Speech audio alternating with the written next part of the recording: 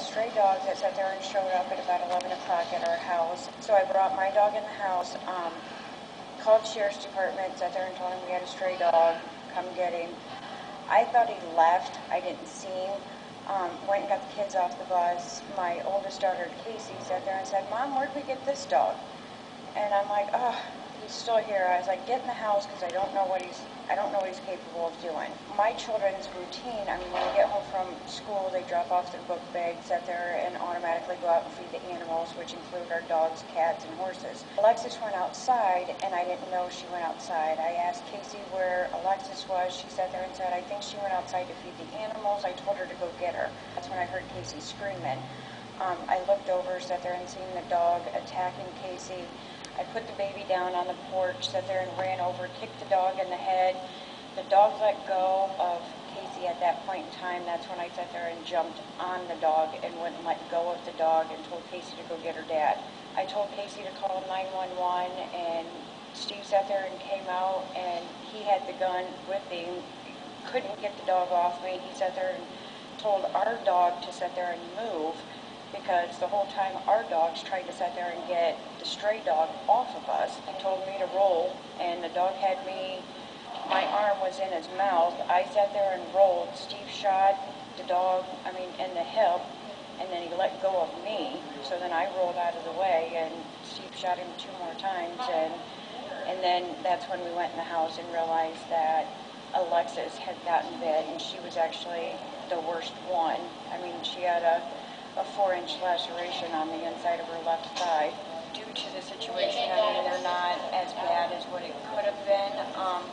It's hard, but we're getting through it, and both girls are doing a lot better.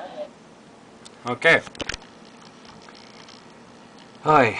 Well, you heard it from the victim, and now hear it from the writer. For trying to befriend a stray dog, little Alexis Rock nearly had her life put into jeopardy. The second grader at North Baltimore Elementary School found the animal, an apparent mix between an English bulldog and a pit bull, wandering around her yard when she arrived.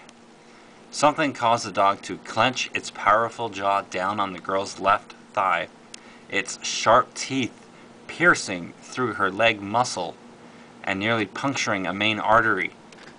At 50 pounds, the dog weighed more than she did. Alexis, who had just turned 8 days ago, watched in horror as the dog attacked her sister. Her mother and one of her other family's 2 dogs, it also tried to no avail to go after her father. You gotta love this writing. Little did she know it had reportedly growled at various people in southern Wood County as it eluded the county dog warden. Victim number 2 was 12-year-old Casey Rock. She kicked the stray dog in its butt, but then the family dog Brutus, a Rottweiler, stepped in and bit on its face. The stray dog let go and it went after Casey. Really? I thought the father shot the dog and it rolled, or the mom went to it and it went to the mom. That happened all in a matter of seconds. Here we go. The third victim, mother Stephanie Rock, pulled the pit bull away from her 2 daughters. Pit bull? No, it's not. It's a mix of English bulldog and a pit bull. Alright. The woman, with the help of trusty Brutus, held down the stray dog long enough for her husband to arrive with a gun.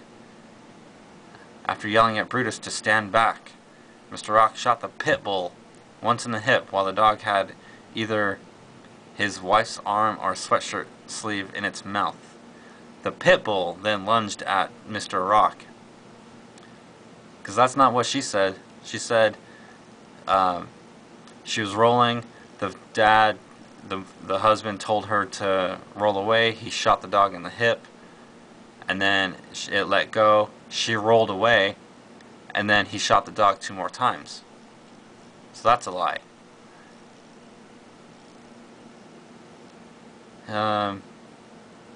Thank God, as big as that dog was, and as strong as that dog was, he didn't get any of us in the face, Mrs. Rock said. We all got extremely lucky, actually. That's in quotations. Well, I didn't hear anything about that in the news, in the video.